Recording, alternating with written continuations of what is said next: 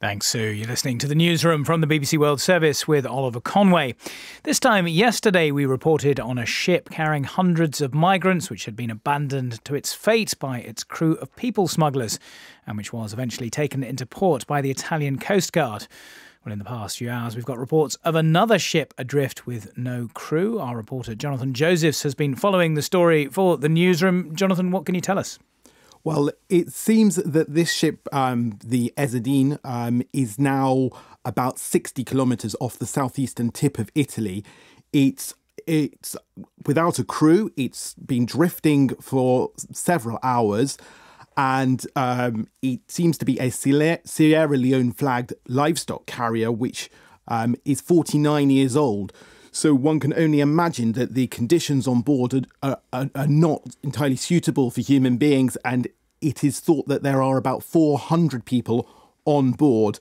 One of them apparently managed to radio through to the Italian Coast Guard to raise the alarm that the crew had jumped ship. Now, this ship appears to be registered to a company in the Lebanese port of Tripoli. And so the conclusion seems to be that they may well be Middle Eastern migrants, similar to the people that were on board the boat that we earlier in the week docked in the Italian port of Gallipoli under similar conditions.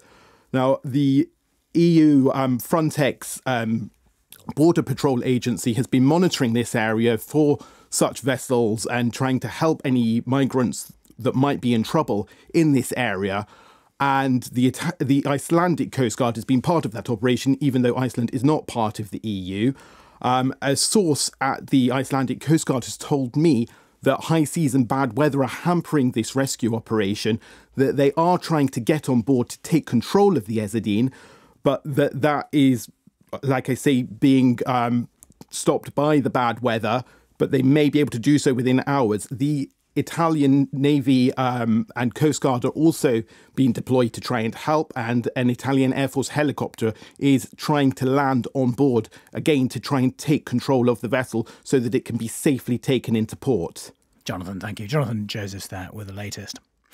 It's getting on for 4 years since the civil conflict began in Syria, and there is no end in sight. In fact, the violence appears to be getting worse, with 76,000 people killed in the past 12 months.